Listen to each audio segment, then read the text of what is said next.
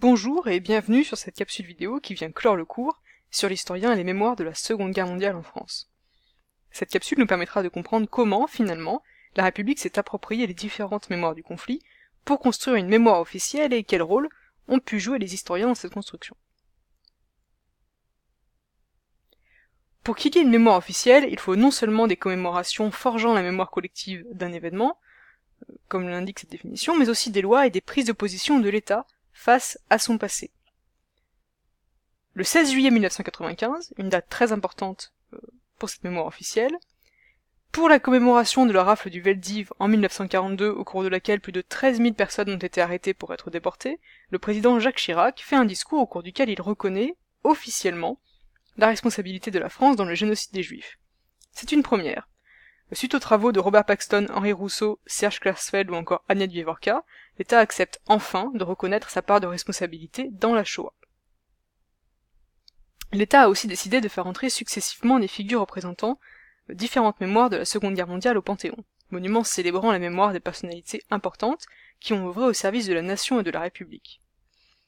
En 2007, Jacques Chirac fait entrer les Justes parmi les nations au Panthéon.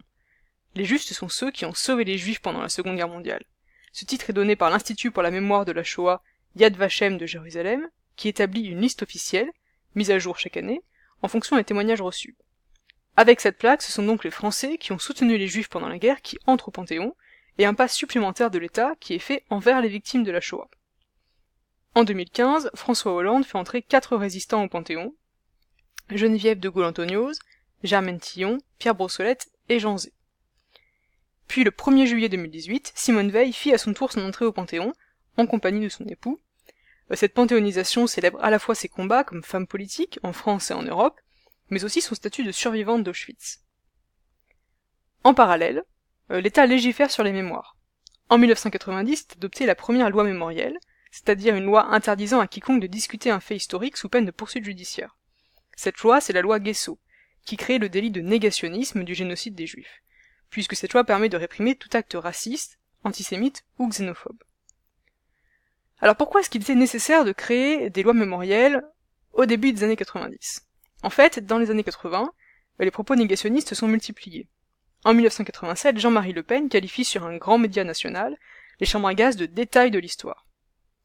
Pour forcer les négationnistes à se taire, sous la pression d'une société qui exige un devoir de mémoire, la nécessité de se souvenir, l'État prend alors la décision de légiférer.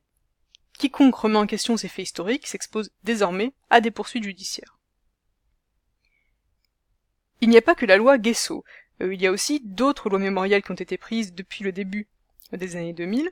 En 2001, la France reconnaît le génocide des Arméniens de 2015, officiellement. La même année, la loi Taubira reconnaît la traite et l'esclavage comme crime contre l'humanité. Enfin, en 2005, c'est la loi Mekashra, qui reconnaît le rôle au service de la nation des Français rapatriés d'Afrique du Nord et d'Indochine. Mais ces lois mémorielles posent problème.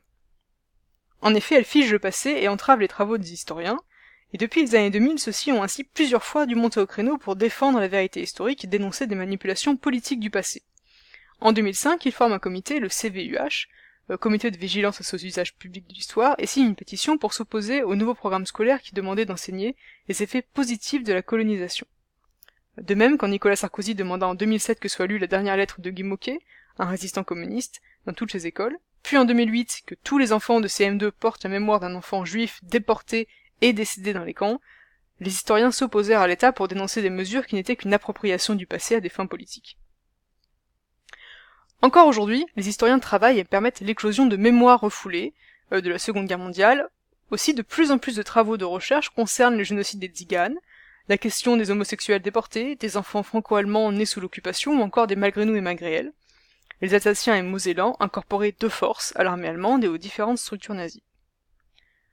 Ainsi, grâce aux travaux des historiens, la mémoire officielle a évolué, c'est ce qu'on peut observer sur le schéma ci-contre, et l'État célèbre désormais les différentes mémoires de la Seconde Guerre mondiale qui sont, encore aujourd'hui, en construction. Merci d'avoir écouté cette vidéo et bon courage pour vos révisions.